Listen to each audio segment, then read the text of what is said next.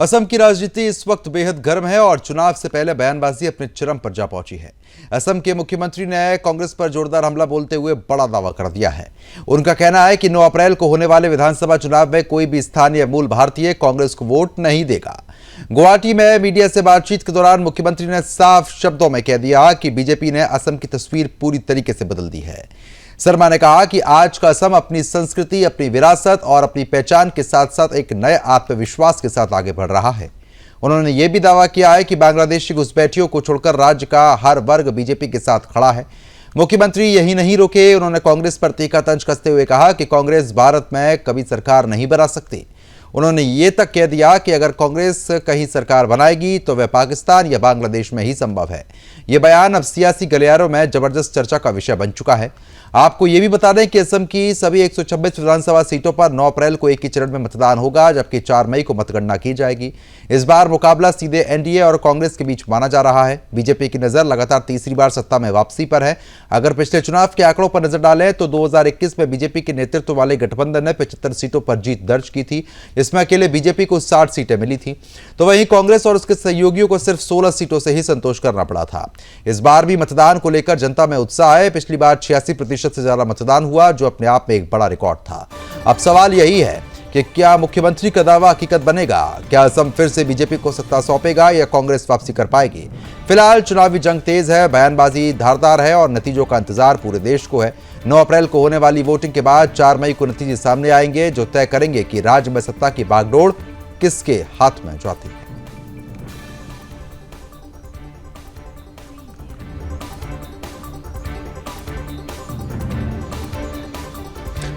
फिलहाल आपको बता दें, क्योंकि अब चुनाव नजदीक है तो ऐसे में बयानबाजी का जो दौर है वो काफी तेज हो चुका है। मुख्यमंत्री साफ कर चुके हैं कि कांग्रेस असम तो क्या पूरे देश में कभी भी सरकार नहीं बना सकती है, लेकिन हाँ, उन्होंने ये भी कहा कि कांग्रेस पाकिस्तान और बांग्लादेश में जरूर सरकार बना सकती है।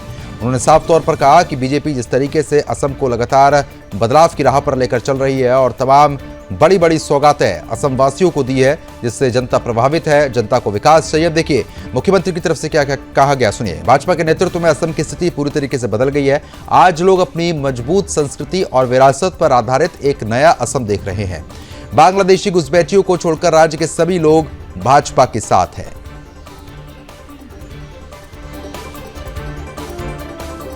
साफ तौर पर उन्होंने कहा है कि बांग्लादेशी घुसपैठियों को ज्यादा पढ़े लिखे नहीं है, अगर ऐसा कह रहे हैं तो भारत के संविधान के अनुसार कांग्रेस पार्टी भारतवर्ष की सीमा के अंदर ही बनाएगी और आसाम आपकी लाख कमजोरी के बावजूद भी अभी भी भारत का हिस्सा है। हमारी सरकार बनेगी तो भारत के अंदर बनेगी।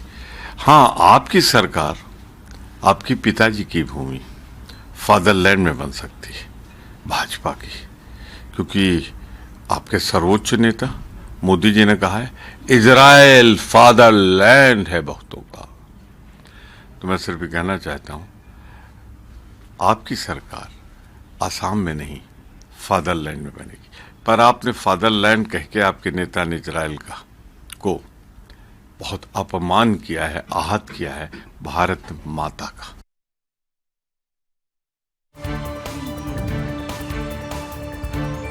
फिलहाल अब देखना यह होगा कि आने वाले जो तारीखें हैं उन पर असम की जनता किसको वोट करेगी और नतीजे क्या कुछ रहेंगे।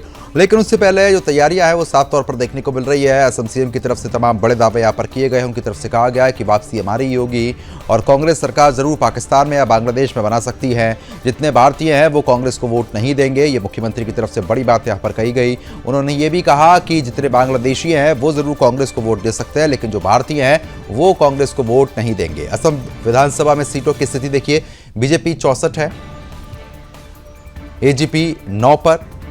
ये विधानसभा सीटों की स्थिति बता रहे हैं आपको। यूपीपीएल 7 पर, बीपीएफ 3 और कांग्रेस 26 सीटों पर। तो ये मौजूदा स्थिति है जो आपको बता रहे हैं, क्योंकि जिस तरीके की सीटों की स्थिति है ऐसे में 26 पर कांग्रेस है, सीपीआई-एम यहां पर 1 सीट पर ही विराजमान है। ये आंकड़े हैं और बीजेपी 64 सीटों पर है। तो आंकड़ों में अंतर काफी ज्यादा है, लेकिन अब देखना यह होगा कि आने वाले समय में किस तरीके की जो स्थिति है वो यहां पर बनती है। असम विधानसभा में लोगों की क्या कुछ राय है, वो जानना बेहद ज़रूरी होता है। और आपको बता दें कि असम में 9 अप्रैल को वोटिंग होगी, जिसके चलते सियासी माहौल फिलहाल गर्म है। हेमंत बिस्वा शर्मा के नेतृत्व में एनडीए पूरी तरीके से मैदान में है। तो फिलहाल आपको बता रहे हैं कि गौरव गोगोई के साथ कांग्रेस ने अपनी कमर जो है वो साफ तौर पर कसी हुई है। फिलहाल अब चर्चा को आगे बढ़ाते हैं। कुछ खास मेहमान हमारे साथ जुड़ चुके हैं, उनका रुख करेंगे और सत्ता के महासंग्राम में जानेंगे कि आखिरकार इस बार असम में क्या कुछ होने की संभावना है। कमरुल हक चौधरी है बीजेपी प्रवक्ता। कमरुल जी स्वागत है आपका।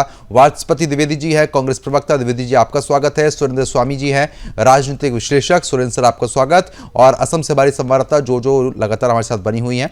सबसे पहले मैं कमरुल जी आप ही का रुख करना चाहूंगा, क्योंकि जिस तरीके की स्थिति यहां पर बनी हुई है, मैं आपसे ये समझना चाह रहा हूं कि मुख्यमंत्री साफ तौर पर ये कह रहे हैं कि कांग्रेस सरकार तो बना सकती है, लेकिन पाकिस्तान और बांग्लादेश में, असम में वापसी तो असंभव है। आपकी प्रतिक्रिया?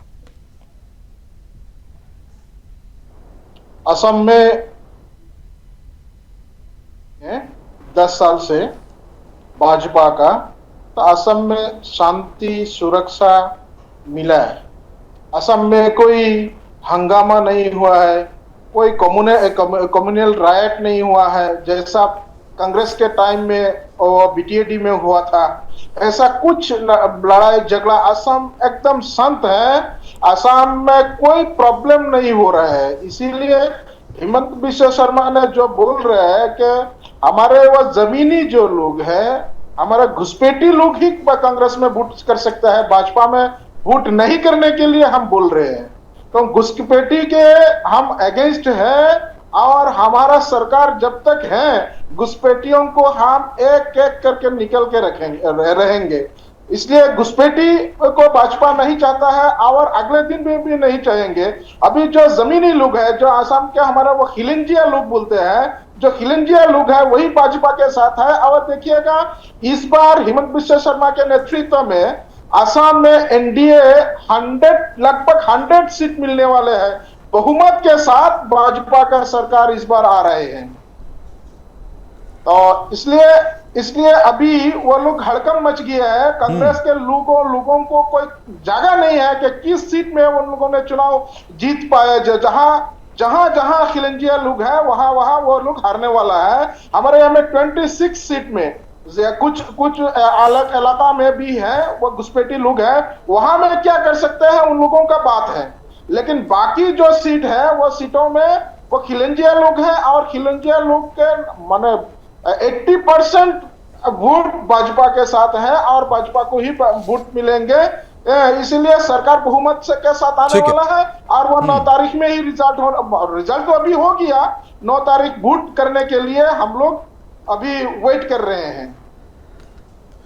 बिल्कुल, कुल मिला के आपकी तैयारी यहाँ पर पूरी है और जो मुख्यमंत्री कह रहे हैं उसका जवाब भी मैं कांग्रेस प्रवक्ता से लूंगा, लेकिन उससे पहले अपनी संवाददाता का रुख करना चाहूंगा।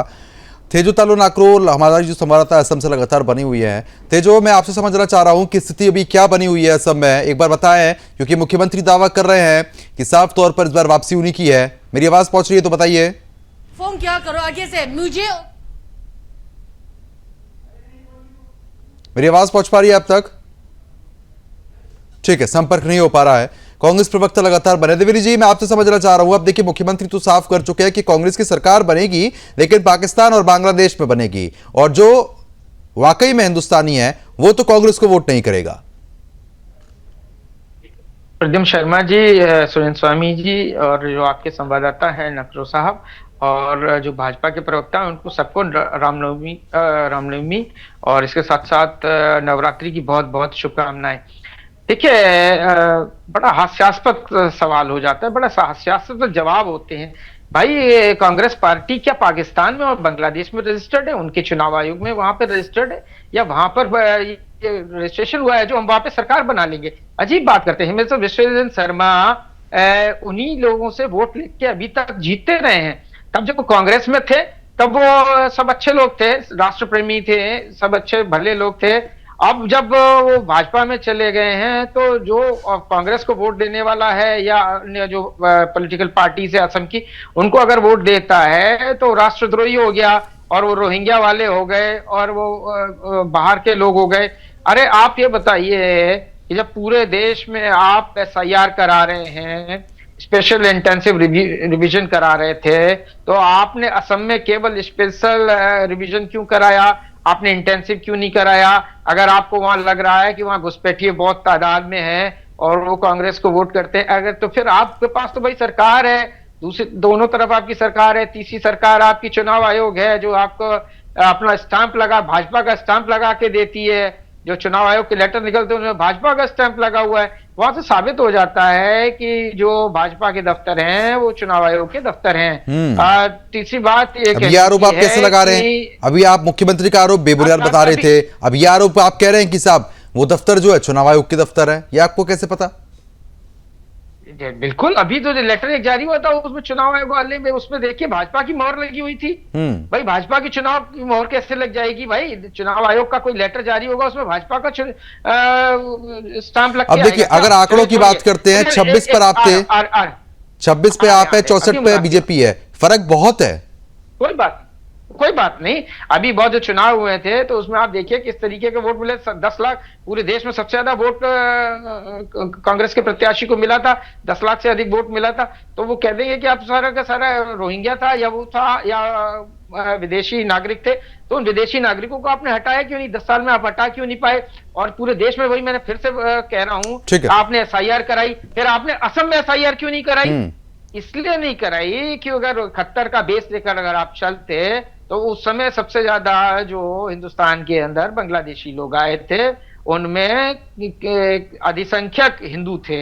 अगर आप SIR करा देते तो वो पेपर्स उनको नहीं मिलते, तो आपने SIR वहां पे नहीं कराया। आपको लगता है कि वहां पे बाहर के लोग, रहने वाले लोग आ गए हैं, बाहर के देश के लोग हैं, तो आपको SIR कराना चाहिए था, उनके पेपर देखने चाहिए थे। जो आपने पूरे देश में पेपर लगवाए, चाहे बिहार हो, चाहे उत्तर प्रदेश हो, चाहे आपका बंगाल हो या अन्य सभी राज्य हो, चाहे जहां भी आपने SIR कराए, तो SIR तो फिर आपको मैं तुरंत आऊंगा आपके पास। कोई तुक की बात बताइए ना, फिर मैं आ रहा हूं आपके पास, उसके बाद नहीं आ रहा हूं आपके पास। हमारी संवाददाता भी लगातार बनी हुई है। थे जो मेरी आवाज पहुंच रही है,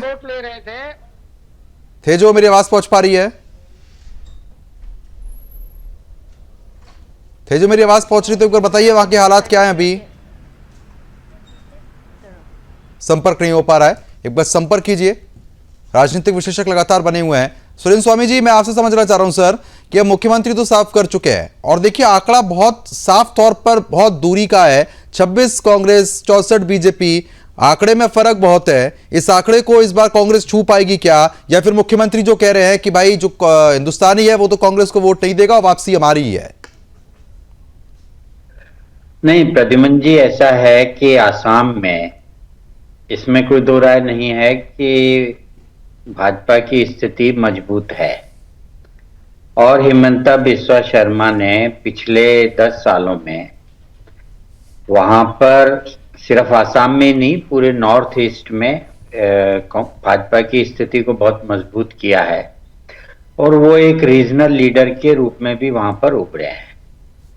नॉर्थ इंडिया में लोग उनको नॉर्थ ईस्ट का दूसरा योगी भी कहते हैं। उन्होंने जो पार्टी की आइडियोलॉजी है उसको खुलकर सामने रखा है, उसे मजबूत किया है और लोगों के लिए विकास के काम किए हैं और वहां पर इंफ्रास्ट्रक्चर डेवलपमेंट और जो चीजें उन लोगों को लेकर के काम हुआ है। तो ऐसी स्थिति में भारतीय जनता पार्टी का जो पलड़ा है वो भारी है। अब बात आती है कि कांग्रेस कहां सरकार बनाएगी, तो देखिए चुनाव में रिटोरिक तो होता ही है, उसके बिना तो चुनाव में फिर मजा ही नहीं आएगा। और उसका बैकग्राउंड क्या है? उसका बैकग्राउंड ये है कि जो कांग्रेस के कैंडिडेट हैं गोगोई, तो बहुत बार उनकी पत्नी को लेकर के, उनके पाकिस्तान से संबंधों को लेकर के बहुत बार चर्चाएं हुई हैं और वो लोगों को बार बार ये याद दिला रहे हैं कि जो कांग्रेस पार्टी है वो पाकिस्तान की ओर अपने चुनाव में देखती है, बांग्लादेश की ओर देखती है। आपको ध्यान होगा एक बार मणिशंकर अय्यर पाकिस्तान गए थे, उन्होंने कहा था भाई आप हमारी मदद करो मोदी को हटाने के लिए।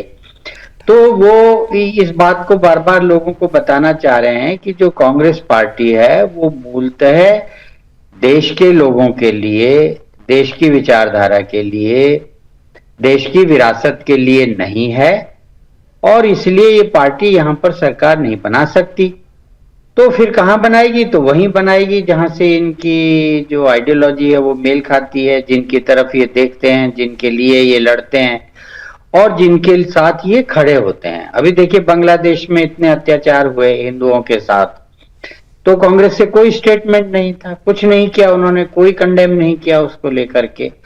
तो इसलिए ये जो बार बार साधा जा रहा है वो वहां की जो एक लोकल पॉपुलेशन है, लोकल पॉपुलेशन में असमिया मुस्लिम भी उसमें शामिल है, और वहां पे जो हिंदू हैं चाहे वो बांग्लादेश से आए हों और चाहे वो आसाम के हों, वो लोग दोनों ही शामिल है। आसाम का थोड़ा डिफरेंट है, वहां पे मुस्लिम्स में भी एक डिफरेंशिएशन है कि एक जो असमी भाषा बोलते हैं जिनको असमिया मुसलमान कहते हैं, और एक जो बांग्लादेश से आए या 71 की लड़ाई के बाद वहां पे आए और या बाद में घुसपैठ करते रहे उनको मुसलमान कहते हैं।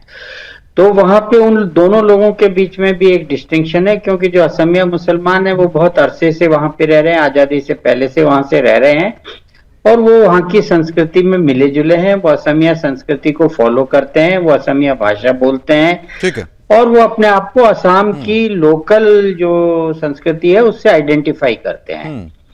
तो जब इस तरह का माहौल वहां पे है और AIUDF जो है वो अकेले चुनाव लड़ रही है, तो इसलिए कांग्रेस की जो स्थिति है वो वहां ज्यादा मजबूत नहीं है, ये साफ तौर पर आप कहना चाह रहे हैं। ठीक है सर, मैं आऊंगा आपके पास।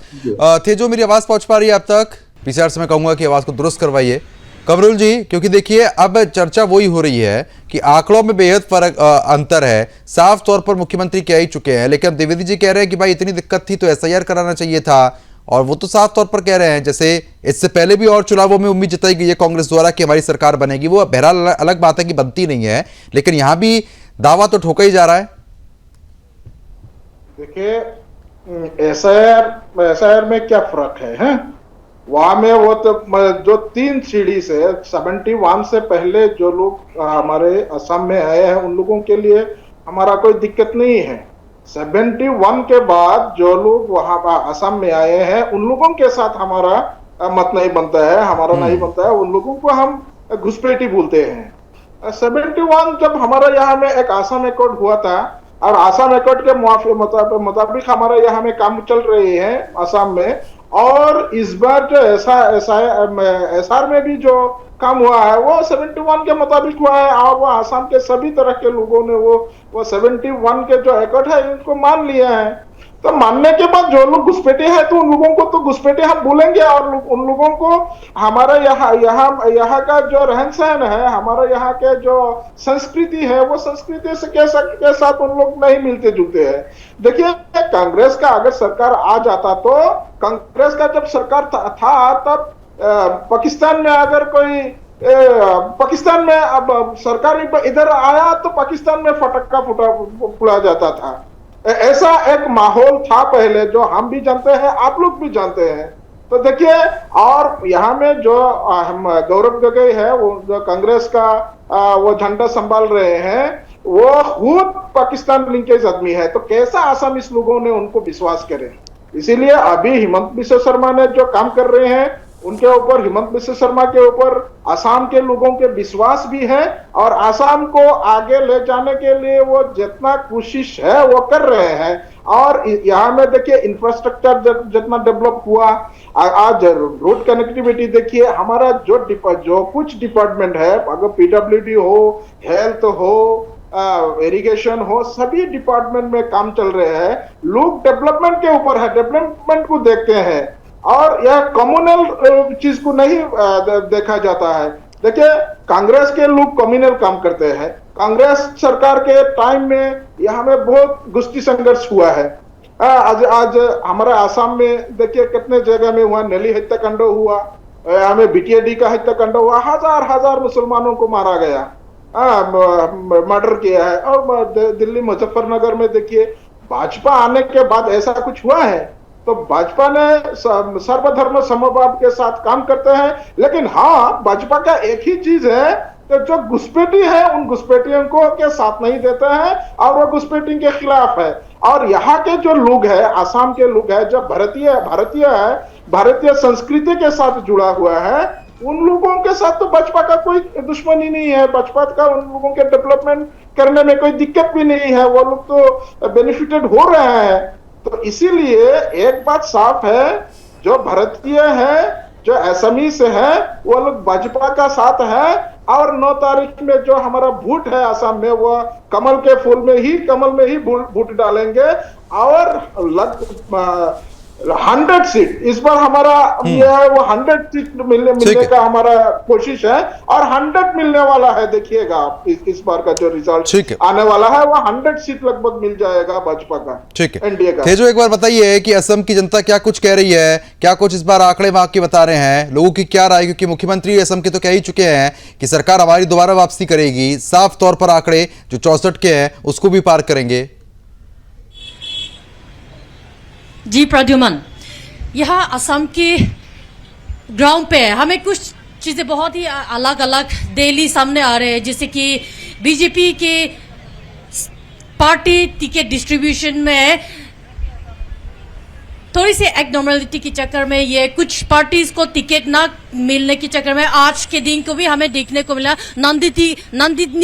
नंदिता घोष, जो बीजेपी की एक सीनियर लीडर थे, उसको टिकट ना मिलने के कारण वो जाके फिर आज बीजेपी कांग्रेस ज्वाइन कर रहे हैं। और कांग्रेस की तरफ से ये नॉमिनेशन की कंट्रोवर्सी से लेकर लास्ट मिनट कैंडिडेट चेंजेस की वजह से ये बहुत ही अनप्रिडिक्टेबल ग्राउंड लेवल पे हम सबको देखने को मिल रहे हैं। और यहाँ पे बीजेपी की सरकार की तरफ से ये सीएम हिमंता बिस्वा जी ने आज भी दावा करे कि इस बार की चुनाव में उनकी जो डेवलपमेंट से लेके फ्री एजुकेशन और यहाँ के फ्री राशन कार्ड और 2 लाख से ज्यादा जॉब लोग जनता को देने की ये वादा किया है। लेकिन उनकी जो पार्टी लेवल के